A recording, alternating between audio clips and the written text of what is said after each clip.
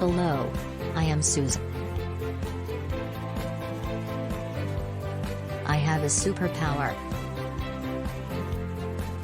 I can make students smarter, faster, brighter. What's my secret, you ask? I am just a teacher who is loving, compassionate, skillful. I also have a master's degree in English literature. Today I will teach you some idiomatic expressions.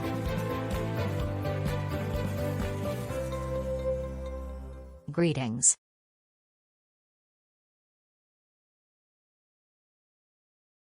How's tricks? Means how are things? For example, I haven't seen you in a while. How's tricks? Where have you been hiding? Means where have you been? For example, wow, Susan, I haven't seen you in 2 months. Where have you been hiding? Welcome with open arms means be very happy to see someone. For example, when his sister came home from college, her parents welcomed her with open arms. Tied up means busy.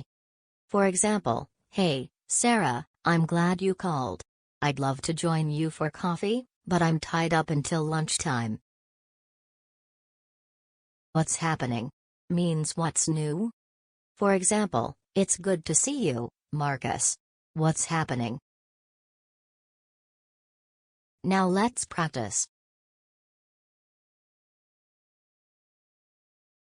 Add the missing word to complete the idiomatic expression. Where have you been? I haven't seen you for a long time. Hiding. Where have you been hiding? I haven't seen you for a long time.